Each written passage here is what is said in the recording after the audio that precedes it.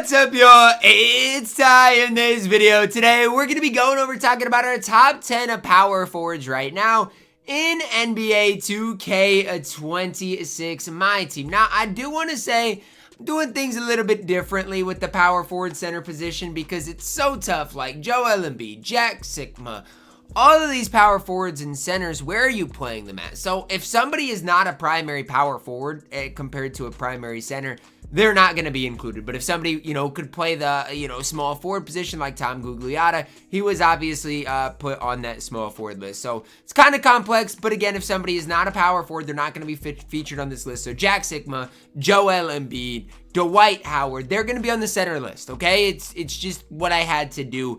And again, there are some really elite power forwards, which we will get into and talk about today. Also, let me know down below in the comments who is your power forward you're running, because I want to know. Now, we got to plug in 11 guys, because I could not leave Diamond Al Harrington off the list. Really like Al Harrington. I think, when I play against him, he does create a problem for me because, again, his release is so good. Chicken in the catch and shoot situation, and he really is never going to miss. He also defensively holds it down. Not perfect, but holds it down defensively, especially getting literally like every badge he needs, and that is so important when we are looking at this thing. So, again, can I hate on Al Harrington really at all? No, I think he is a really solid option for you guys. 93 3-ball, dunking the ball pretty solid at an 85. Solid enough hot spots, fully badged, gets 28. Just a really solid overall card. Has to be plugged in here, coming in at my number 11. Coming in at my number 10, we are plugging in AC Green. I don't know what this thing is doing here. Walmart trying to sponsor me like crazy. AC Green at my number 10. Pretty similar to Al Harrington. One thing about AC Green is maybe his release is slightly better. Now, again, that's really preference based, but he does have the Devin Booker base, I think is really good. Speed of the ball is not quite as good. Defensively going to be better than a guy like Al Harrington. So it really just comes down to preference. If you want a little more defense, AC Green is probably the better option. If you want more offense, Al Harrington probably is the better option between the cards just based on the 3-ball alone. I don't mind AC Green at all. Think he is a really solid, really complete power forward on this game. And, between both of those cards, if you get either of them, two cards that I think definitely can help you get a jump start on your squad. Coming in at my number, where are we at? Number 9 here. We're plugging in Diamond Pascal Siakam. I don't understand why Pascal Siakam ever gets any slander. I think the card is so solid on this game. 6'8", yeah, that could be a downside. I get if people don't love the fact that he is only 6'8". I get that, and honestly, I'm with you guys and can agree on that. But he's got a good 3-ball. He's got a good speed. Defensively, he's got every badge you could ask for. Driving dunk is good. Speed of the ball, not necessarily great, but his ball handle is high enough. Release-wise, pretty solid. Like, again, I've used a lot of Pascal Siakam. I've had no issues with his release either. Total badges, my favorite part about Pascal Siakam, when you fully badge him, you're looking at 34 badges. Literally gets every badge in the game. Siakam played such an important part, in my squad for the first little while in the game. And if you're like, are in a situation where your squad's good, but Siakam can help your squad, I'd recommend grinding the initial domination because, again, you get empty, you get some other things, and Siakam is a really solid card. And again, that domination is easy to grind. You don't have to do anything crazy for it. So I know it sounds crazy to grind Season 1's domination at this stage, but Siakam is such a complete card on this game. Coming in at my number 8, we are plugging in the Diamond Thurl Bailey card. The way you got to think about Thurl Bailey is a mini Giannis. I see a lot of people saying, Ty, Thurl Bailey is better than Giannis. You honestly can make that debate because he's got max dunk, he's got good speed of ball, he's got good defense, good speed, good 3-ball. Like, there's no real flaws to me with Thurl Bailey. The only thing I would say is Giannis's player build is probably just better, as it always is, but Thurl Bailey's elite. I'm not gonna sit up here and say his release is anything because his release does stink, but other than that, I mean, when I'm looking at Thurl Bailey, you're getting such a complete card in this game that can play at, just an insanely high level. So I can't hate on Thurl Bailey at all. This card does give me problems because, again, he is a mini Giannis that can shoot the ball just slightly better. So I can't hate on Thurl Bailey. I think this card is really, really solid and definitely a card that can help your squad out in a big time way. Coming in at my number 7 here, we're plugging in the Diamond Kwame Brown. Now, I've had Kwame Brown for a while. I liked him probably slightly more than Siakam. The one thing about Kwame that I could never figure out, though, was his release. Like, the default big upper on it just kind of ruined things. 79 3-ball, really good dunking the basketball, 88 speed. Wish the speed ball handle was slightly higher, but that's okay. Defensively, Kwame Brown was absolutely elite rebounding the basketball as well. And again, when I've used Kwame Brown as far as an overall card, he's been really good, especially rebounding the basketball. Defense, we've been really solid. Obviously, you needed to get lucky to get Kwame Brown out of the Diamond Hidden Gem pack, but I've had options to get Kwame Brown more than once. So again, he is a pretty common pull when it does come down to that. That's part of the reason that I did include him in here. Now, again, I just I could never consistently get his release down. It's why he's not any higher. But again, if you can consistently green shots with Kwame Brown, I mean, there's no real other flaws in the card. I think the card is so good as long as you can consistently green shots. If you're not consistently greening shots with Kwame, can't be super high on him. But if you are, a really solid card to add to your collection.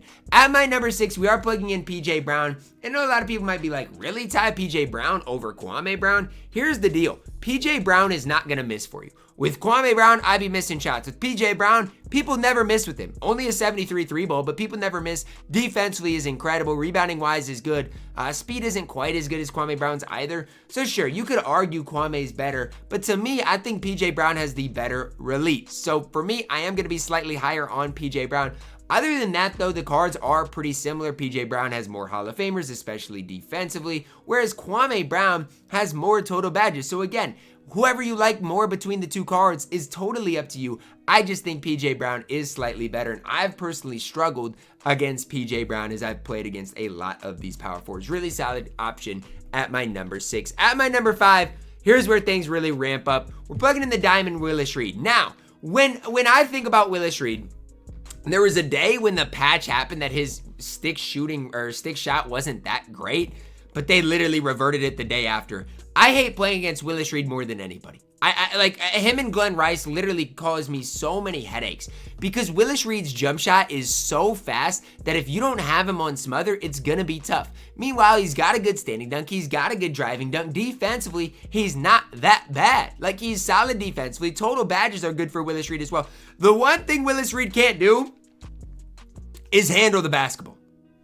That's it. If you're not really worried about him in handling the basketball a ton, I don't know if there's many better power forwards in the game.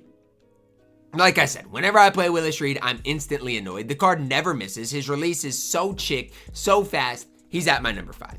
At my number 4, we are plugging in the Pink Diamond Anthony Davis. I gotta be honest with you guys. I don't even love Pink Diamond AD. I don't, because I don't necessarily think his release is that special, but I do think the card is deserving of being number 4 here on my list. 82 3-ball, 85 speed, but look at the defense, guys. He's got fantastic defense. His player model is really solid. Badge-wise, good. Fully badged Anthony Davis is going to be a problem, especially defensively, but I do have to say, I don't think he's a top 2 or so, power forward in the game. And a lot of people might think I'm slandering Anthony Davis. A lot of people might think I'm too high on Anthony Davis. Again, it's tough to go and please everybody, but I think this is honestly the right spot for an AD card who is all around a solid card, but I don't think he's anything game-breaking. Like, if I play against AD, I'm going to respect him, but offensively, I know he's not going to be anything crazy, right? I just know that deep down. So for me, I do think number 4 is the right spot for Mr. Anthony Davis. At my number 3, we are plugging in Pink Diamond Giannis Antetokounmpo. Now, as times went on, I've gotten less high on Giannis just because of the 65 3-ball. Like, badge-wise, he is fantastic. Fully badged, literally gets like every badge in the game.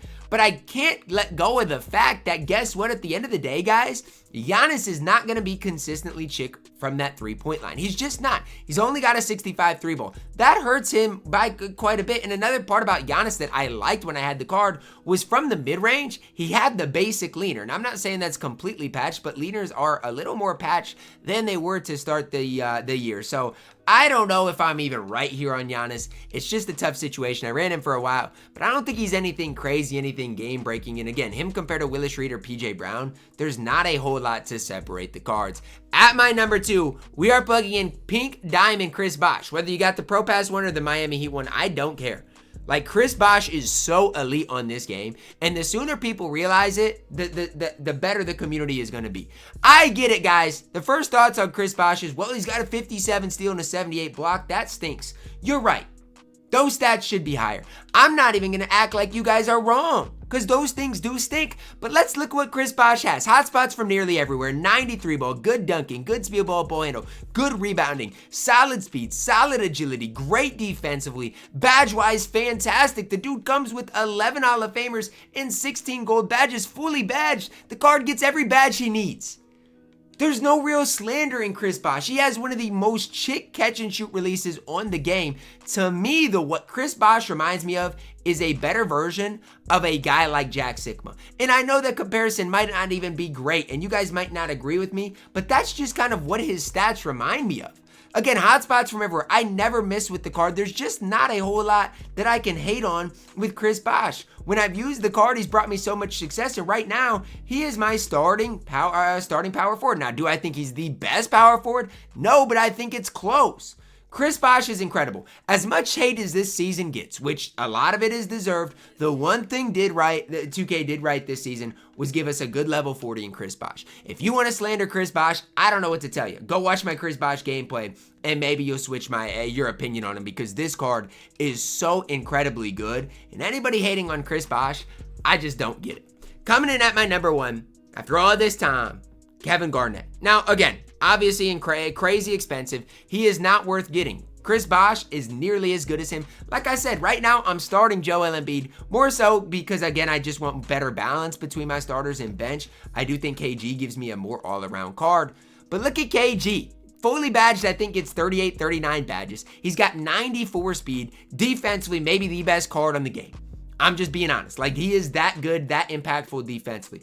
Offensively, though, obviously great speed with ball. Dunking the ball is good, but his 3-ball with his release is hard to get up on a consistent basis. That's the main problem that I do see with KG, is this release of Kevin Garnett leaves a lot to be desired. So, do I hate KG? No. I personally have him. I personally run him. I personally think the card is good. But at the end of the day, the catch and shoot release of Kevin Garnett holds the card back for sure. Obviously, again, offensively, with his ability to run around people, get to the rim, do those types of things, KG is good. But that release does hold the card back, and I'd be lying if I acted like that was not a problem for KG. It's kind of the same situation with Giannis. It's why Giannis can't be any higher. I can't consistently green with Giannis, and his release obviously isn't, incredible. The difference between Giannis and KG is, if I get an open shot with KG, he's never gonna miss. With Giannis, I'd be missing too much. That's going to wrap it up for our top 10 or 11 power forwards in NBA 2K26 MyTEAM right now. Like I said, if you are in need of a budget type of guy, go grind for Pascal Siakam. It is a long grind, but it's more worth it to grind for him than it is any of the season 2 rewards right now. Again, Chris Bosh, obviously incredible, definitely worth your time to grind the season for. But after you get Chris Bosh, that's the tough part. Like, what's next to grind this season? There's really not a whole ton. Chris Bosh is incredible, definitely deserves everyone's respect. That's gonna wrap it up for our video. Let me know your thoughts. Drop a like on it, guys. Subscribe if you are new, and as always, man, I love you guys. Have a blessed day.